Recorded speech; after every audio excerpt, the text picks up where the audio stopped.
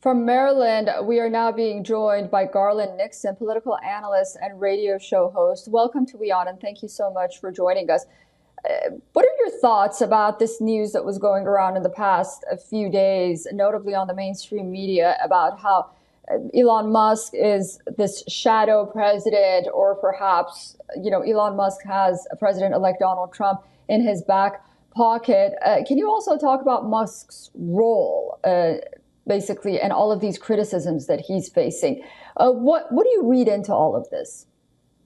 Well, what we're really having here is a discussion about the input that the oligarchs, to be quite frank, if the United States is talking about other countries, we would usually talk about the oligarchs in a country, and they're usually not as wealthy as the oligarchs in the United States. So that's really what the discussion is. The ultra rich, what control will they have over the Trump administration? We know that they have an inordinate amount of control in politics.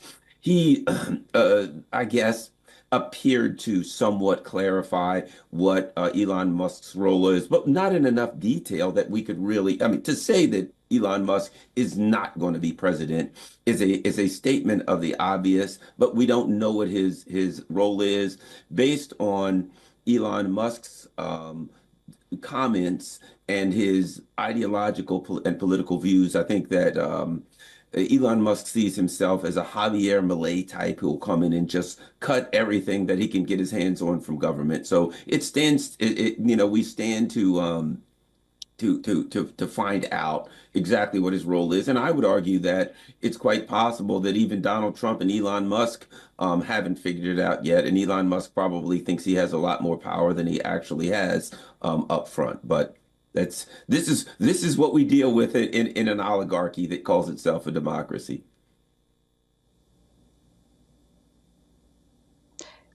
How much of this criticism from the Democrats is related to that scathing Wall Street Journal report that came out 4 days ago, how the White House functioned with a diminished Biden in charge? Basically, everyone who's anyone was running the country except the commander in chief himself. He had good days and bad days.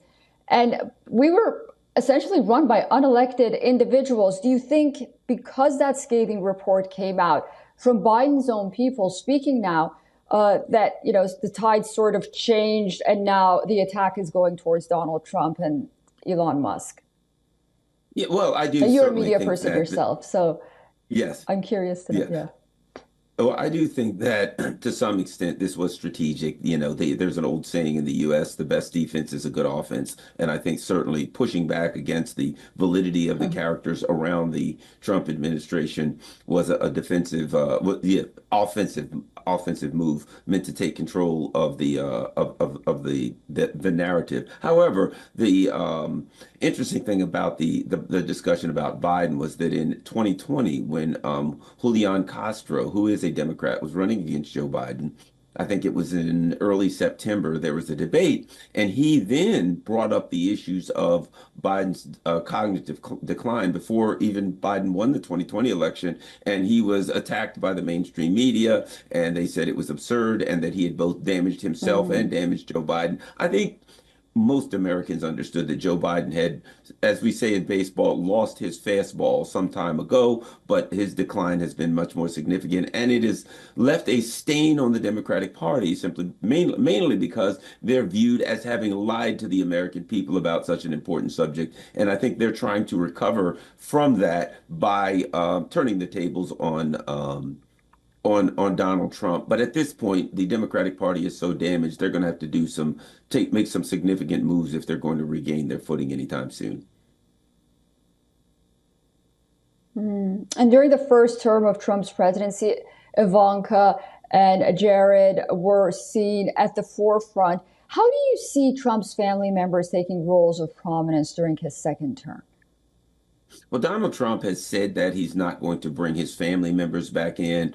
But I think Donald Trump will have surrogates because his family members were surrogates. Certainly, there was the appearance of impropriety at times, which is, we can go back to Jimmy Carter, and he had a brother named Billy Carter that had Billy Beard. The Hunter Biden in U.S. politics, family members and friends of the president, selling their ability to have close contacts with the leader of the country is nothing unusual. I think Donald Trump is, in a way, he's going to do the same thing with surrogates, but they probably won't be as close of family members as they were the first time. So there'll be Elon Musk, there'll be maybe business associates and friends, but maybe not exactly his son-in-law and daughter.